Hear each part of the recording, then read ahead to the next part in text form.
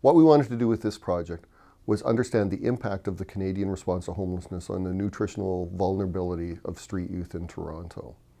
In Canada, our approach to homelessness has been to develop a range of community-based services, and through these we provide food for people who are homeless. That's gone side by side with an approach that criminalizes income-generating activities of people who are homeless, like panhandling and squeegeeing. The outcome has been that we want and expect people who are homeless to use these services to get the food that they need. And so the question that we are asking is, does this approach really meet the nutritional needs of people who are homeless? Our research team included Blake Poland, Naomi Dackner, and Val Tarasic, who is the leading researcher on homelessness and nutrition in the world. We interviewed over 260 young people and asked them questions about their day-to-day lives, what they eat, and where they get their food. We also used nutritional metrics to assess their dietary intake and the quality of the food that they eat. What we found with our research is that most street youth in Toronto are malnourished. Some even show signs of wasting, which is really surprising given that's something you're more likely to see in a third world country than in a country like Canada.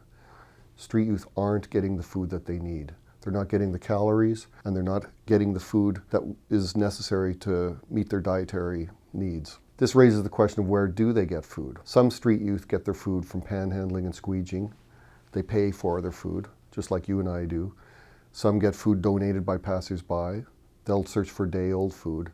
And other street youth get most of their food from the charitable organizations that provide services for people who are homeless. The problem with that whole system is that different agencies have different kinds of food at different days, different times. It's not a coordinated system. It's not one easy to navigate. There may be lots of food services open on Thursday, and there may be almost none open on Sunday. So this makes it complicated for young people to get their food.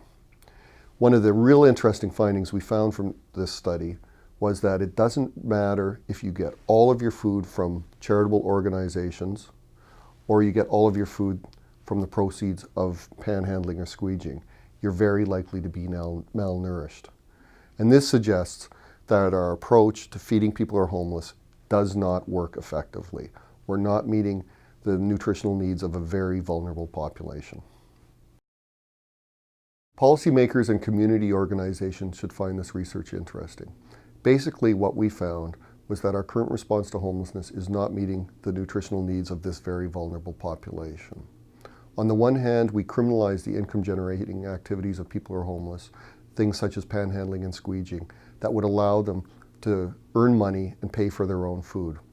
On the other hand, we expect people who are homeless to eat at community-based agencies, and these agencies work very hard to provide food for people who are homeless, but because they don't have the funding, because they don't have the expertise, the food that is provided isn't meeting the needs of people who are homeless. People who go to these agencies have to line up for food. They don't get a choice in what they eat typically. They can't guarantee that an agency is going to provide food day in, day out. If you're homeless and relying on charitable organizations, you cannot guarantee that you get 3 meals a day. In a sense, we've created a system based on the idea that beggars can't be choosers.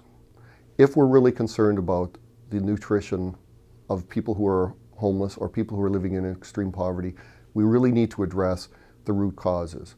We need to ensure that people have housing, that people have the proper income, and the ability to make the same kind of choices that every other Canadian takes for granted. If we want to deal with the nutritional vulnerability of people who are homeless, we can't rely on charitable food programs. What we need to do is make them not homeless.